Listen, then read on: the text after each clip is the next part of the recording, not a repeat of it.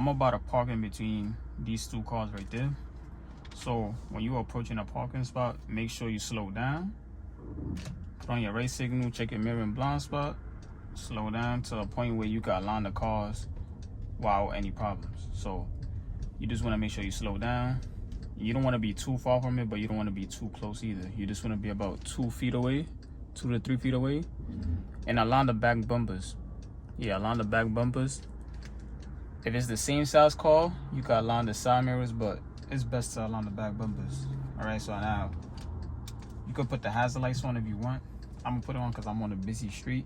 So now I'm gonna put it in reverse. I'm gonna turn this one full turn to the right like this. I'm gonna check my mirror and blind spot. I'm gonna let these two cars go as well so they don't interfere with my parking. And now I'm gonna slowly start reversing. So while you're reversing as well, you just wanna make sure you control the brake. You're looking behind and you're looking at the side mirror as well. So as you see, now it looks like it's a Y shape or a V shape, whatever you wanna call it. And the curb look like it's blocked off. That's when you turn the steering wheel all the way left. And now you just check again real quick. Then you just reverse in the spot.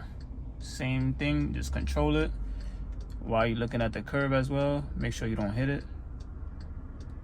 Just keep monitoring it and looking back as well. Boom. So now, once you're straight, you can see the car will straighten out. So now I just gotta straighten out the wheels. Boom. I'm gonna drive up a little bit if you need to. Sometimes you don't need to, but I just drove up just a little bit. But yeah, in terms of parking though, you see the car behind me, he's like right on the curb. If you look at the side, he's right on the curb. So I left a little space on the test. That's what they want you to do. They don't want you to be on the curb itself. So that's what you want to aim for.